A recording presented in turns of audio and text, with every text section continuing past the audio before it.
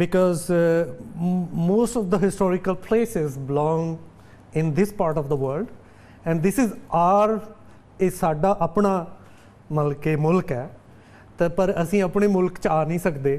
ਸਹੀ ਗੱਲ ਹੈ। ਤੇ ਆਪਣੇ ਮੁਲਕ ਦੇ ਬਾਰੇ ਸੋਚ ਨਹੀਂ ਸਕਦੇ। ਸਹੀ ਗੱਲ ਹੈ। ਤੇ ਇਹ ਜਿਹੜਾ ਕੋਰੀਡੋਰ ਖੁੱਲਿਆ ਹੈ, ਇਹ ਕੋਰੀਡੋਰ ਕੱਲਾ ਕਰਤਾਰਪੁਰ ਲਈ ਨਹੀਂ, ਇੱਕ ਸਾਡੇ ਰਿਸ਼ਤਿਆਂ ਦਾ ਇੱਕ ਰਸਤਾ ਖੁੱਲਿਆ ਹੈ, ਜਿਹੜਾ ਕਿ ਉਹ ਫਰੀਜ ਹੋਏ ਸੀ 70 ਸਾਲਾਂ ਤੋਂ। ਉਹ ਜਿਹੜੇ ਕਿਉਂਕਿ ਇਹਦੀ ਇੰਪੋਰਟੈਂਟ ਦੱਸੋ, ਕਿਤਨੀ